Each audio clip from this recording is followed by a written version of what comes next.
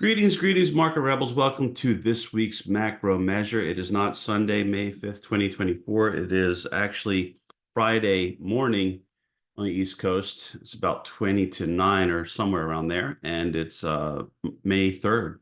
I have to do some extensive traveling this weekend, so I've got to record these videos while I can. So I'm taking care of them right now. I apologize for that, but there's really no way around it.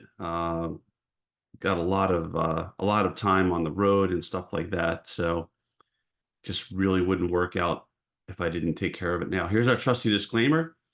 I'm Wayne, by the way. I think a lot of you know that at this point. Uh, that did not shift around. Okay, that's the wrong slide. This one is the one that I want. I guess somehow I got those out of order. Just a few updates because I'm just got to get this done for you. Hopefully this will help. And also, I don't want to get too deep into notes anyway if we don't have to right now. And I think that the technicals are really interesting. We're kind of betwixt right now, but with I think the jobs data maybe having just come out, we are now looking a little bit better on the open. So as we expected, we did note last week that the gang was going to gang regardless of how we slice and dice the charts. And that's honestly what I think what this week has shown. We've had the same old gang doing the same old gang things. We had some weakness early on in the week. They used the Fed to just put a ridiculous, excuse me, jam job together. That just completely deflated. I think nearly or completely deflated within, I don't know, minutes of Powell stopping his Q&A whenever that concluded. Then they came back for more the next day after they started to sort things out. And really, I think what's happened since is that they've kept things away from the danger zone, and they've got rates rolling over, the dollar's rolling over. And as we've been maintaining for the longest time, I mean, over a year, if you just look at those and how the market typically behaves when rates are rolling over versus rates going up, you see a pretty good inverse correlation. So I was noticing that things were kind of improving under the surface of the market. To this point, there were some little positives as well. And the Mag 7 look prime, and they've got the NVIDIA EPS that will be something else they can use. That's also a big thing, especially these days. So going to leave the rest of those notes there.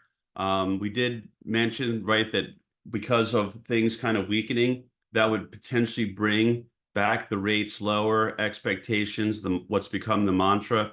And I think with Powell just really flip-flopping, right? I recall Powell saying something about how they needed to see the job losses or real deterioration in the job situation, and that would be a sign that they were bringing things under control, something along those lines. And then he literally used that as a reason why he might be softening with a little bit more of a dovish posture this week. So again, it's really not data dependent. It's really, to me, it's always been all that talk. So much of it's just a complete sham these days. I don't know if it always was that way. Maybe it was. The institution itself is a sham, but that's a whole nother story.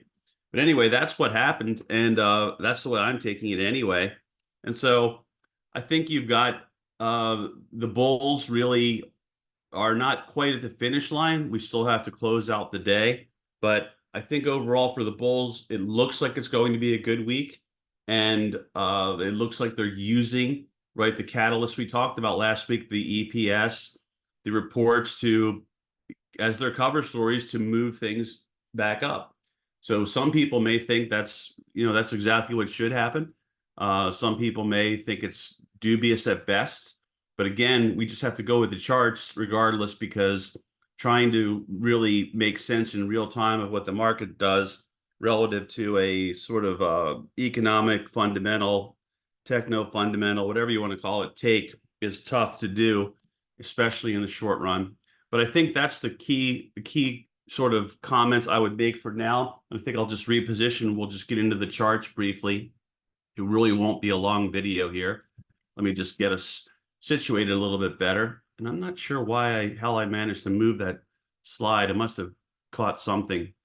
But what I'm going to show first will just be, let's get the right screen going, which should be screen number 4, share. And hopefully everyone sees the chart of NVIDIA. And I think I'm starting out with this one, then we'll go to the Mag 7 and we'll go on from there. But I think that this is a good place to start for us because, this is really the emblem at this time still of this market, of this rally that we've seen since I guess the fall, really the midpoint of the fall when we saw a lot of the lows get put in. And if you look at what's happened here, it's much like what we're seeing in the market where we did have corrective action, but we've had a series of in NVIDIA, we've had a series of, I think, slightly higher lows getting put in and slightly higher highs. And as of right now, they've got it primed to move up about another $16, it looks like. So it should be moving up towards these highs. So that's a good sign if it can break out. Remember, if there's a real turnaround today, that would be very disappointing and technically very problematic, probably because it looks like everything's set to open about 1% higher, if not more, in the major index ETFs that I've got on another screen. So that would be a real disappointment if they came in and sold things off. So I'm going to assume that this rally is going to hold on for the most part to sort of extrapolate from there. And I think that to me is, even if it doesn't break out today, but has a solid day, it closes somewhere near here or better, which would be for NVIDIA right about where it's opening or was about to open, 877, 876. And I think you have to look at it and say, well, this is the resistance line. You can all see that. It's gotten above there. It came back to it. It looked like it was going to lose it. They managed to hold it, right, with this week's volatility. Another reason why it's just so hard to trade during a Fed week, especially with an EPS deluge like we've had as well. And they bounced it off of support, converted this back to support potentially, and now they're trying to launch it back towards the recent high closes. So we'll see how it fares, but this is the key situation for me. And then that would lead us to SMH. And SMH, just like we noted last week, it's a little bit behind NVIDIA, which is clearly the leader, but it too is working on this higher low, right? So if they can move NVIDIA up along with that, will help SMH. And then if other names kind of catch on, this could work its way back within a session or two towards where I would think there was the key resistance. And if it gets there, I think the way that the market's shaping up under the surface, if I can get to that, this is going to have to be a good guess, maybe right. Is it going to be right there? This one? No, that is not it. Bad guess. Let me see if I can get us. I really want this there. That's what I want. Yeah. So under the surface of the market, I've got these basic, on this particular screen, I've got these basic breadth measures, and they're just various ones just to give a kind of a quick glance. I don't think there's anything really sophisticated here. There's cumulative volume index, there's McClellan summation, McClellan oscillator, there's advanced decline lines. Some of them are just modified a little bit, and just to make things clear or bunched together. But there's on all of them, they're really kind of upticking, right? So it's not as if what we've seen in terms of the market holding last week's lows and then moving back up, and the Mag 7, of course, doing that, which is what I'm charting here. It's not as if this is happening in a vacuum where everything else is going down. That just isn't the case.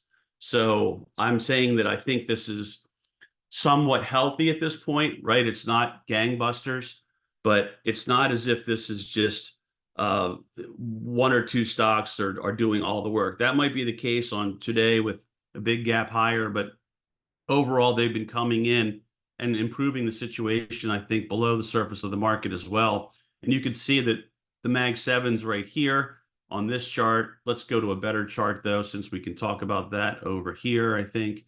And I've got a better chart here of the Mag 7, but you can see that this is set to open at 2441. That'll be somewhere right near the 50 SMA there in gold. And I think everyone can see like how important it is, right? That's really been, this is the phenomenon we've been talking about, where once you fall through some form of support, it then potentially becomes resistance. And these SMAs, tapping them from the underside and failing, has been fairly regular since then. They tried here, failed, tried again, failed. They'll be trying now for a third time. But you can see now they've got, instead of having the lower low put in, they'll have the higher low at this point, and they really will not have expended or spent too much energy, excuse me, to get back to this level from this low. So I would think, and this depends on, expiration day gamma, all the other stuff, right? What's going on? I don't have that data, unfortunately, but I think it's going to be drawn towards this. That would be only natural. And if it gets through there, right, you could say, well, is victory achieved? I don't think it's achieved, but it's certainly a good sign, right? You still need to see if it can hold above there. You're not just getting a little flash in the pan type of a thing, and then you're right back down and through. But I think it would be a good sign. And to me, with the Mag 7 looking primed, with NVIDIA looking primed, with the SMH not too far away from key resistance, with NVIDIA having the earnings due out in a few weeks now. I think when we come back, it'll be about a little bit more than 2 weeks, maybe in calendar weeks, but it won't be quite as much as 3 weeks. So that's another sort of time post marker of a big catalyst they can use to really energize the market. And that's, part of what I think happens. How I look at it is I try to keep these economic calendar and the EPS available to me, right? So I can reference things, because I think that's what they do. I mean, they often use these main events to maneuver stocks around and through. So I think you've got to, once you keep those times and dates and so forth on your maybe near your screen or what have you, or on PDF or whatnot, you start to see that they kind of use them as the skeleton to support the price action over time, and that lets them pull off reversals. That they can always find something they don't like inside of an EPS report, a CEO's statement on a conference call, or something they do like, right? They can always just say, well, here's the story we like, we'll run with this. And that's what they do. And of course, the financial media is only too happy to report that. And it's been going on as long as I can remember. So that's what my take is on that. So I do think that they're maneuvering to get this back above. And frankly, right, there's not a lot in the way. Sure, there's a few flat lines that might get caught up in, but this is really, if you look at the Mag 7, right, despite everything, it would really just be a nice solid pullback, right, and then find support on an upsloping longer term SMA, in this case the 100, and then you try to go from there. And I would think they try to go back and attack the highs. And with rates rolling over, which we should switch to, and I will, we've been using the TNX as, oops, that's not going to work though. We've been using the TNX as our proxy for a long time on that. Let's see if I can get this to CGI, I think it is. I keep forgetting about that. They made the switch on this. I'm not sure what necessitated or premeditated this, but they did make the switch on this. And you can see that this was looking as if it could possibly make a run, but with the Powell flip-flop, Powell double talk, you've got a complete retreat underway at this point. So I guess Powell's reduction in QT, the whole rest of it, right? His commentary, his hypocrisy, the whole works. This is what I think is eventually brought this into rollover mode. And so I've been someone who reluctantly went against the market probabilities and just said, I don't think there's rates lower sooner. But right, there's new information that's out there that we have to factor in. And I think that argument, because things I do think are slowing, I do think, as we've been anticipating, that if things did start to slow, the call would come back, and Powell maybe is as obtuse as ever, but how he doesn't see stagflation, I don't know, because you can see that the GDP estimates are coming down, and we know that there's been a lot of statistical sleight of hand with the jobs numbers, and they're going to have their revelation at some point. It'll all come out. But again, the whole street, the government, everybody seems to manipulate in real time, and then only begrudgingly admit to that later. But no one seems to really care later. It's sort of like you can cheat because you're cheating the way in a way that supports the way most people want things to play out, especially people that are in power.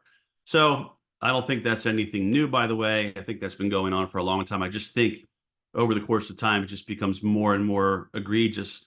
And I guess there's nothing that can be done about it to this point, because we no longer have anything that resembles a free press. They're more about just serving the power structure. Anyway, you've got this retreating, and that's good, right? Overall for equities, Yellen's getting her hands on $1 trillion plus, either this week or soon. May already have it. That is not normally a bad thing. So to me, I think the way that things have shaken out, you have to acknowledge that this changes things potentially, and that could help buoy the market. All this stuff could really help buoy the market in the short run, especially with Nvidia that's out in a few weeks. That's something else that they can look to.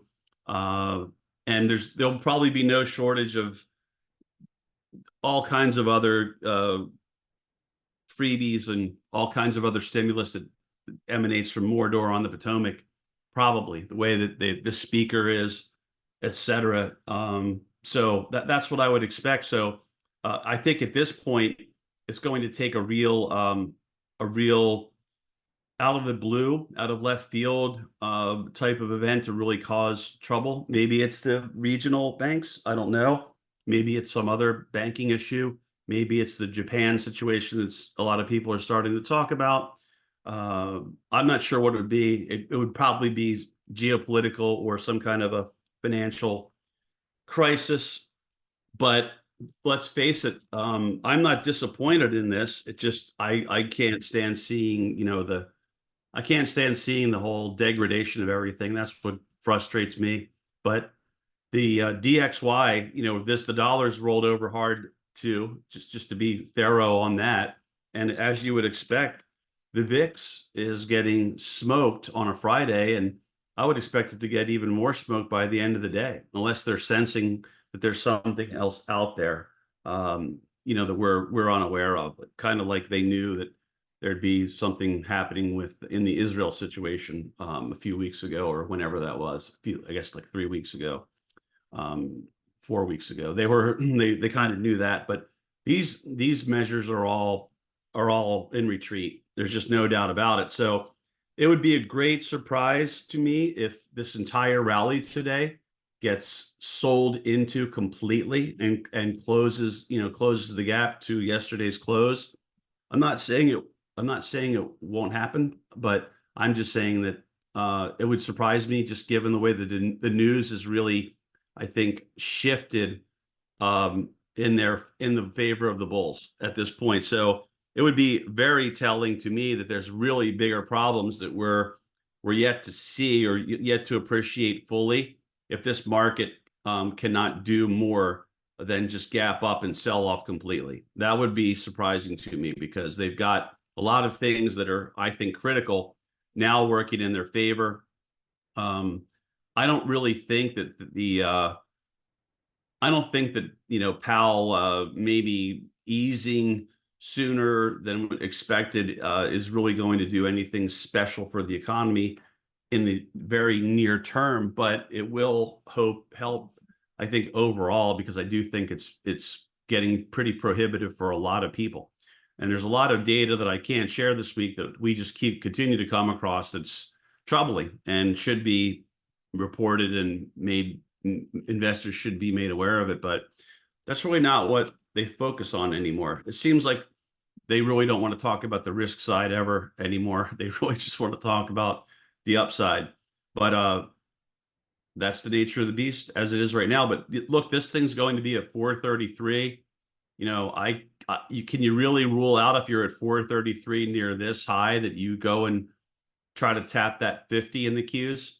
You know, I don't think you can. I mean, it really wouldn't be crazy to see things get bid up a little bit from there. So we'll see what happens if that happens. But right, if we just take it for what it is, it's a higher low, and you're trying to rally up and up to this 50, and you get through there, you do have things waiting for you. You know, there's no doubt it might not be this easy, just zip, you know, through to new all-time highs, but a lot of people, I think, that are bears, you keep expecting there to be a really, really bad, massive dislocation, and there could be. I wouldn't rule that out.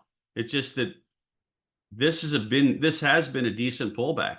You know, I don't think you can really say no. This pullback is just it's just a blip. It might be, but to me it's felt pretty solid, right? Like you can't. It took a lot of the overboughtness out of this market and the relentless climb, you know, and all that ended. And I think it's kind of like the cycle, right, where this sets things up to potentially refresh. If they will, I don't know, but that's how I'm looking at it, that it's been good enough damage wise, the pullback, degree that it pulled back, all that you ended up. So you ended up going from about 450 to about 412. That's what, 38 points. So that's quite a bit, right? That's what's that, 8 to 9%, something like that, I guess. So that's a pretty decent pullback, right? We could get another leg, and you could ultimately visit the 200 if this rally attempt today really, or in the near future, really meets with trouble. But I'm not sure exactly what would cause that. That's my issue. I don't know what would take this thing down. That would just suddenly. It would have to be something that is out there that's sort of been percolating, but no one's really saying like this is it. Or it would have to be something, you know, geopolitical or whatnot that would probably cause that. I don't know what else would really take this down at this point, because they've got the big picture story back in their favor. And remember, the second year of the presidential election cycle that we're in tends to be the second best year, and last year, of course, being the best of them. So overall, overall, you know, you're set up to really rally this year historically. Now, we closed at 410. We made it to 450 nearly. So we were up nearly 10% here in the Qs. And now on the year, right, we're only up from 410. We're really only up about 3%. When we open, we'll be up closer to 4 to 4.5%. So just keep that in mind, that maybe 5%. Sorry. Yeah, wait. 25. Yeah, I'm sorry. It'll be closer to 5%, 5 to 6%. But so it's not as if, right, there hasn't been a decent enough pullback. A lot of those gains you didn't give back all your gains, and clearly you've got a higher low put in here. But if you go back to the 29th, right, you were only up a little bit at that point. Something that I think that we pointed out, that like you gave up a lot more in some of these major index ETFs from the high than you were up on the year. So if you look at it that way too, it's a pretty decent pullback. Now, granted, the rally did start in the middle, I guess, kind of by the middle of the fall, or, you know, somewhere in near mid fall. But the retracements were pretty good. They weren't, you know, it wasn't just like a 10% retracement of the whole move up too. As you can see here, we got beyond the 23.8, I'm sorry, 0.6 retracement here on the SPYs. So you did have a decent pullback, like I said. So I don't think there's anything wrong at this point with another rally attempt. And I do think if they hold these gains or tack on even more, to me, they're going to turn the charts from being a little bit mixed to bearish. I think they'll turn the charts to mixed to bullish. You know, so it'll be basically the pressure will be more on bears to reassert themselves Otherwise, the market probably naturally continues to waft higher. So again, I think you're looking at, let's look at where you open. You're going to open right near the 50 here in the S&P. So that's why I'm saying you're betwixt this week, because right, you really haven't broken out yet. And I'm recording obviously on Friday morning, so I can't really see today's conclusion. But you're between the 100 and this fib, 23.6% fib, and the 50-day. And if you get back above there, you're above all the SMAs, something a lot of people like to see. Remember, I'm not a big SMA player myself, but a lot of people are, and that's why I keep them on my charts. I think there's better ways of looking at things and doing things, but as they say, there's somewhat of a self-fulfilling prophecy. And if a lot of people use things, you probably ought to at least keep them on your charts so you can see how they're maybe viewing things. But anyway, you're back above all at that point. And so you have this nice kind of pullback. You have this sort of consolidation phase down there. You put in a higher low, you reverse higher. It's a good look, right? It's not a bad look at all if you're looking at it technically, and it sort of sets you up to do a little more rallying. And I guess the question from there would become, can you make your way back towards the highs? And if you do, can you take those out? Is there, even if Powell does shift as he seems to be indicating that he will, rather hypocritically, I can't help myself, but is that enough to really push you up and through when you were already up nicely on the year there? Is it really justifiable? I saw that the Fed's GDP numbers for Q2 are way higher. I mean, practically double of the Wall Street consensus. And like I said, Wall Street's typically overly bullish about earnings and overly bullish about company prospects, overly bullish about GDP, and the revisions again come reluctantly, begrudgingly later. So I don't know. I mean, I don't have enough, unfortunately, don't have enough great data to work with, but I did see that through September, the CME was Fed Watch tool. It was looking like we stayed put before Powell.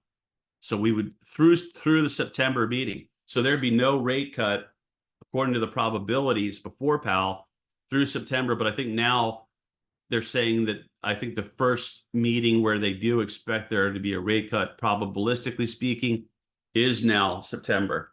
So it could happen sooner too if the wheels come off a little bit more.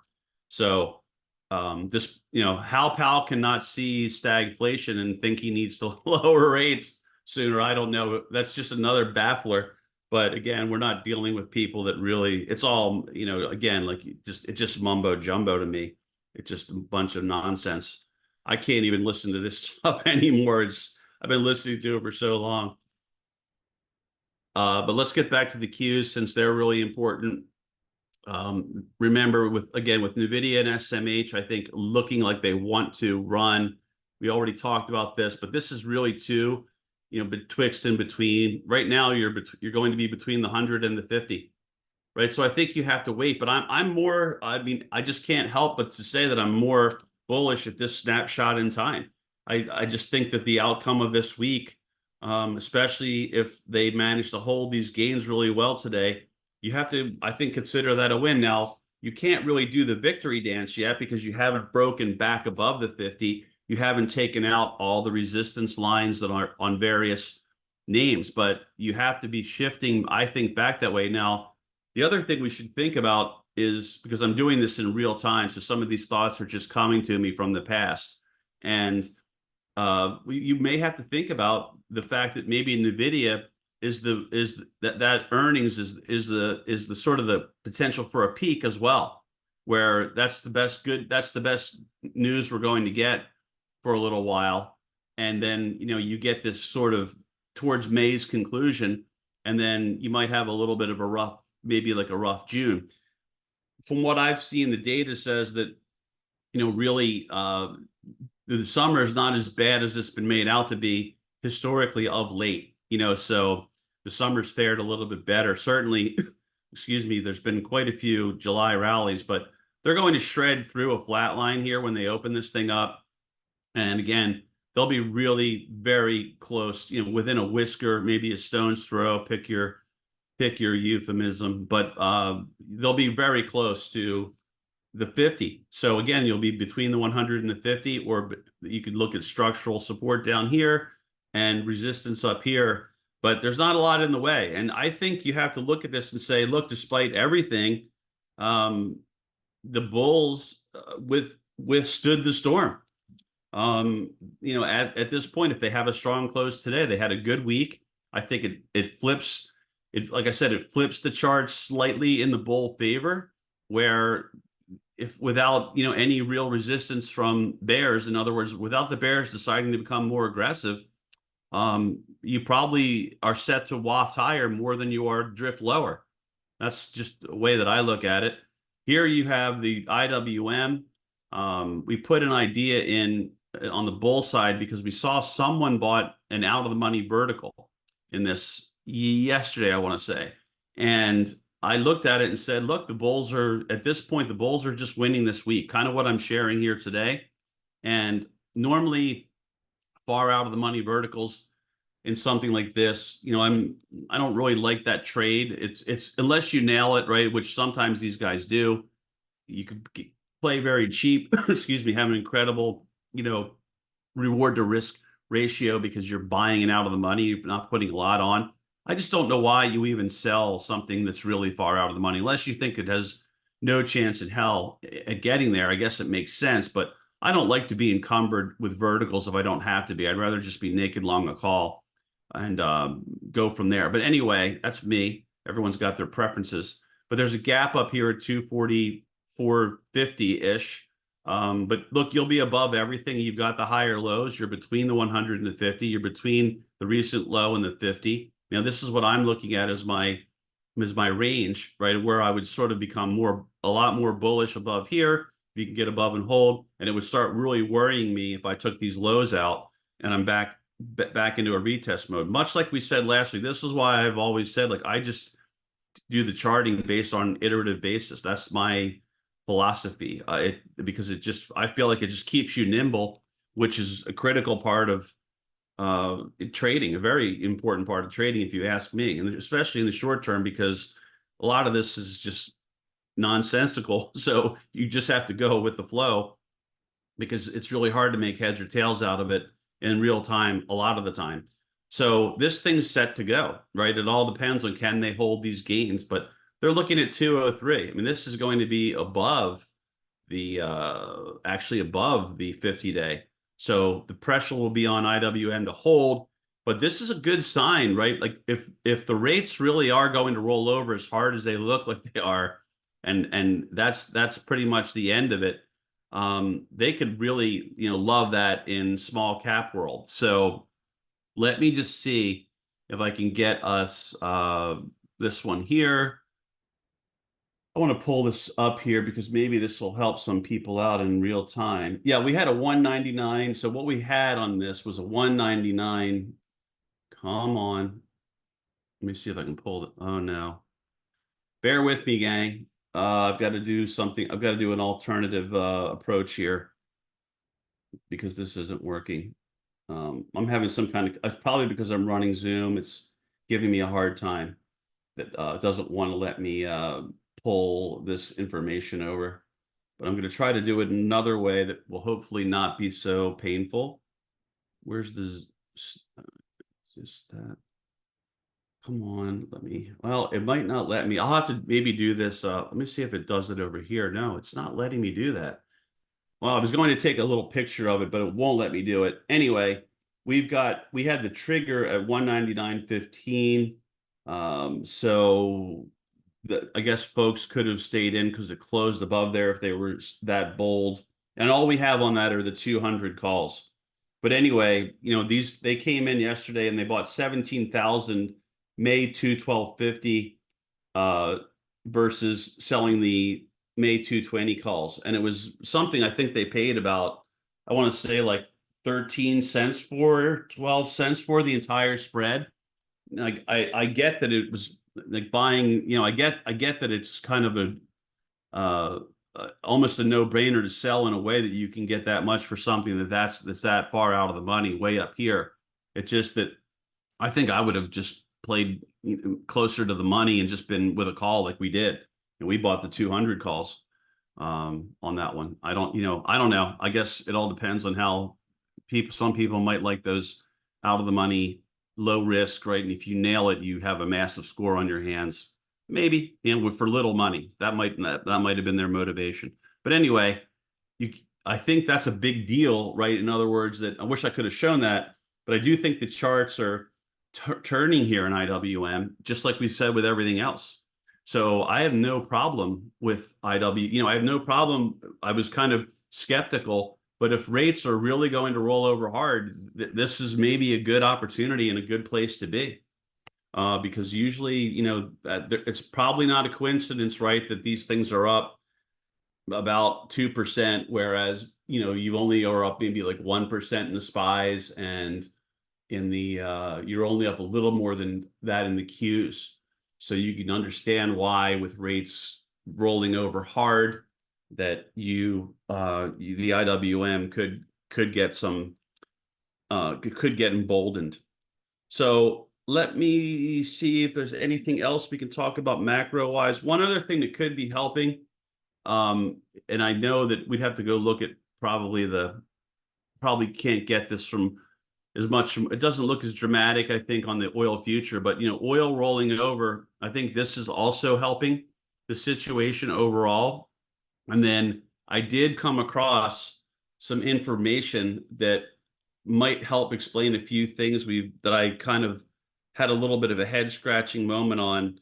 And one of those, I'll cover this one first, and then we'll go back to copper. But XLU, this was powering, and I was wondering, what's going on. But apparently, this is why it pays to have good data, right, and research and time and a team and all that stuff. But I guess it's our AI and crypto mambo combo that is driving these electric prices up and demand up. So that's probably what's up with the utilities. I don't know that to be the case. I'm just saying that connecting a few dots from different things that I read, that might be why utilities have been strong. That's more of a sector situation thing there, though. Like looking at the copper, we were wondering, well, what's going on with copper? Why is copper really powering? And it really did start to power, right? And it's a good sign. Usually it's a good sign, and it's been doing really well.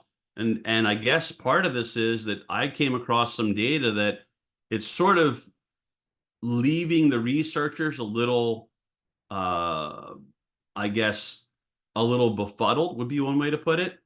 But they were saying that there's really no denying that there's a slight uptick globally. So the U.S. isn't really not contributing in a big way, but apparently globally there's been this sort of economic uptick, and there's been some greater demand. So maybe some of the rest of the world is going to start to really fire. Now I know India has been doing really well, but I mean, we need to bring more countries online that would be helping to spur this on. But we have an idea in India, in the INDA. I think we still do. I think it's still good. But I think the recent market turbulence here has kind of kept this thing in check, and now their risk appetite might be coming back. So maybe that'll finally start to really break out. But but anyway, that is what's going on there. Now the precious metals, I might just let me see, what would be the best way for us to do that? Maybe GC. I'll see what comes up here on these futures. But these, of course, are probably rolling over, with what the dollar, with what the dollar was doing. The dollar's now rolling over. These have been rolling over. I think this is a victim of its own success. But I think now, if the dollar is really getting lamped finally, this might try to start perking up a little bit. But I've been looking for ideas in this and in the oil space, energy space, but just haven't seen enough paper that I really liked, combined with charts that I really liked. And maybe I saw one or two that I probably could have gotten in there, should have gotten in there, but they just they worked out, I think. But we did have a couple. I think we had XOP, for example, that was on the downside. I just wanted to have more though, in case we did get like a rollover in there. And I don't like trading I don't really like trading the gold silver from the short side as much. I mean, I don't have the bias where I won't do it. It's just that those things are usually, it's sort of little more asymmetrical, I think, where you usually get your better trades in there when they're ready to rock and roll up to the upside. But this one we did have something. This one finally cracked anyway. But let me think about if there's any other macro component we can talk about. I don't really think there is. I think we did start it out with SMH. We took a look at NVIDIA. And I think that, yeah, I mean, I think these things are just primed to go. They've got to fight their way through the 50 and the resistance line and all the rest of it. But with this higher low in place, that should if they can close strongly, right? I think that the bulls are really close. They haven't done it yet, but they're really close to putting this corrective episode behind us. And I don't know how long-lived or short-lived a rally, if we are to have one from here and this corrective action ends. I don't know what kind of legs it has, what kind of force it will have. But I think if this interest rate trend with TNX continuing just to roll over, if that just keeps going, I would think that these guys have enough juice to at least make some kind of an attempt to work back towards the highs, would be my kind of gut take on it. But that's, I think, it for now. There's really not much else to cover on a macro basis. Everything does look quite similar. And the real conclusion is that Christmas came early for bulls who have been wrong. And I don't think any of us should be surprised by that, because the Fed has zero credibility in my mind. The only thing I rely on the Fed for, that I know they'll be faithful to, is destroying my purchasing power of the dollars that I hold. And that's it. So I would expect nothing more. There's all this talk and there's all this hand wringing, and it goes on all the time.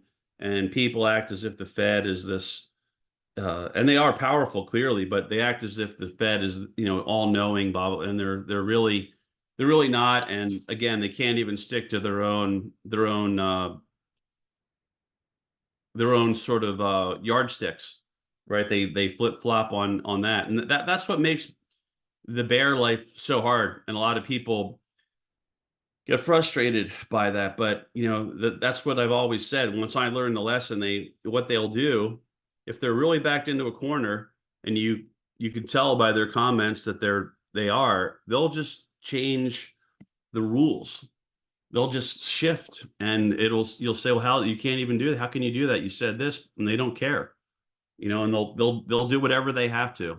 So we'll see about that. But that's what I learned the hard way a long time ago, that you can think that they've got themselves painted into a corner, and they probably do. But when you're not only a player in the game, but going back to the 70s, when you're the dungeon master, you can control outcomes if you want to. That's what they do. They basically can control the outcome that way. Just act as if what they said in the past no longer applies. Put out some nonsensical commentary. Everybody's happy anyway if that's the way things go when rates come down. So am I too. Like, I do hope rates come down, as long as the inflation situation doesn't continue to uptick. I would love for things to kind of come back to a lower interest rate environment without inflation. I don't think that's something that most people would disagree with. So on that note, I'm going to end things. I'm going to thank everyone for tuning in. Sorry I couldn't give you more in terms of some tabs I kind of had percolating between Greg and Ryan, myself. There was some good stuff that I was planning on sharing, but it just would have taken way too long. So I'm going to thank everyone for tuning in. I hope you get something out of this video this upcoming week or some week in the future. And after I return from traveling, I'll see you all next week. Have a great weekend, everyone. Thank you.